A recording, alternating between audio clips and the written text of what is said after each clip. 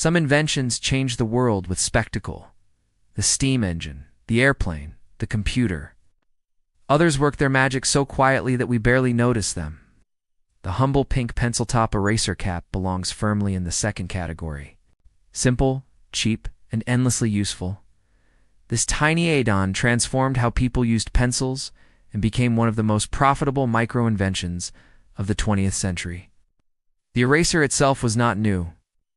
Since the late 18th century, inventors had used natural rubber to erase pencil marks, replacing older methods like rubbing with breadcrumbs. By the mid-19th century, American pencil manufacturers were attaching erasers directly to pencils, creating the familiar yellow No. 2 with its pink nub at the end. But this design had limitations. Once the eraser wore down or broke off, the pencil was still good for writing, but useless for correcting. People either reached for a separate block eraser or simply lived with the inconvenience. Enter the eraser cap. In the early 20th century, a simple but powerful idea emerged. Why not make a separate eraser shaped to fit over the end of any pencil? Molded in soft, flexible rubber, the cap could slip onto the wood shaft, instantly renewing the tool. It was cheap to produce, easy to package in bulk, and adaptable to any pencil in circulation. Unlike the built-in eraser, it wasn't tied to the lifespan of a single pencil. The cap gave users choice and, more importantly, it kept them buying. The brilliance of the eraser cap was its scale. Schools, offices, and households around the world used pencils daily, and every pencil eventually produced mistakes. Selling millions of eraser caps for pennies each added up to enormous profits. Companies marketed them in bulk packs for classrooms and offices, where demand was constant. Their distinctive pink color, tied to the rubber compound vulcanized with pumice, became iconic.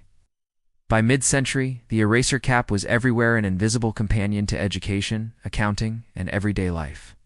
It represented not just convenience, but also the power of a tiny add-on to generate massive revenue. Unlike the pencil itself, which required wood, graphite, and more costly production, the eraser cap was pure margin, cheap raw material, easy molds, high-volume sales. It became a classic case study of the micro-invention, a small, incremental idea with outsized impact. Culturally, the eraser cap also carried symbolism. It embodied the notion of second chances, of mistakes that could be undone. For generations of students, the pencil-top eraser was a quiet reassurance that errors weren't permanent. This emotional resonance, combined with practical utility, helped cement its place in daily life.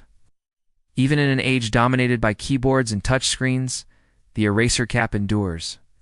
Pencils remain essential in classrooms, art studios, and test centers, and the pink cap still sits in bins at dollar stores and office suppliers.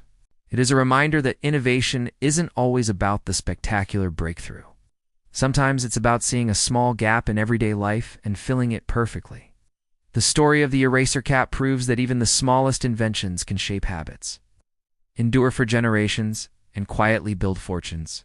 It may not dazzle like a jet engine or a smartphone, but in its modest way, the pencil-top eraser cap erased frustration and wrote itself into history.